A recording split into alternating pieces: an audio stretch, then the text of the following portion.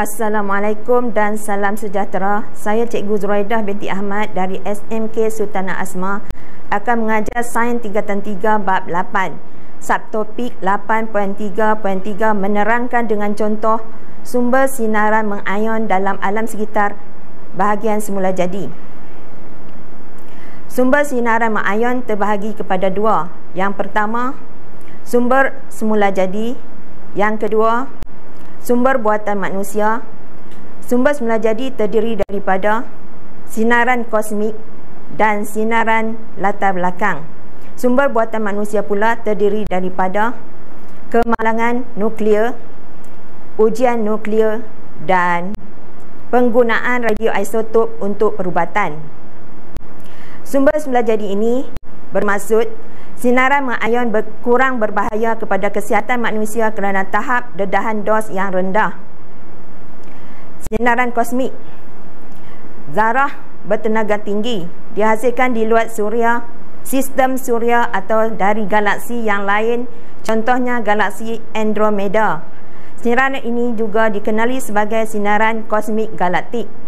Kadar dos sinaran kosmik pada kapal terbang amat tinggi. Menurut laporan UNSCEAR tahun 2000, Bangsa-Bangsa Bersatu, pekerja syarikat penerbangan menerima purata dos melebihi pekerja lain termasuk pekerja loji nuklear seperti yang dicerap oleh teleskop Cherenkov di Gunung Hopkins, Amerika Syarikat. Yang kedua, sinaran latar belakang. Sinaran latar belakang ini adalah berbagai sumber termasuklah sumber semula jadi dan sumber buatan manusia. Contoh-contoh sinaran latar belakang ialah sinaran bumi, radon, sinaran suria atau matahari dan terakhir sinaran dalaman. Sinaran bumi. Sinaran bumi ini adalah mengandungi sedikit radioaktif, iaitu sumbernya dari dinding dan lantai rumah, air, batu dan tanah. Setengahnya sinaran bumi diserap atau dimakan oleh haiwan dan tumbuhan. Haiwan dan tumbuhan menyimpan sinaran mengayon ini. Di Malaysia, uranium dan thorium semula jadi adalah dalam julat 49 hingga 86 becquerel. Radionukleik utama bagi sinaran bumi adalah kalium, uranium dan thorium. Radon. Radon adalah sejenis gas yang tidak berbau dan tidak berwarna.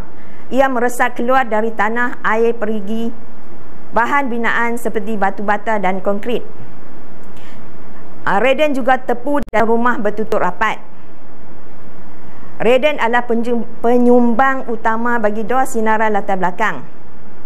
Sinaran suria atau matahari.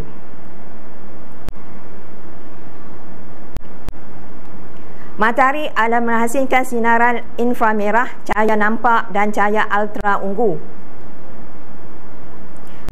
Cahaya ultra ungu adalah cahaya yang dianggap berbahaya kerana dedahan terlampau boleh menyebabkan penuaan kulit, peramatang dan selaan matahari yang dikaitkan dengan kanser kulit.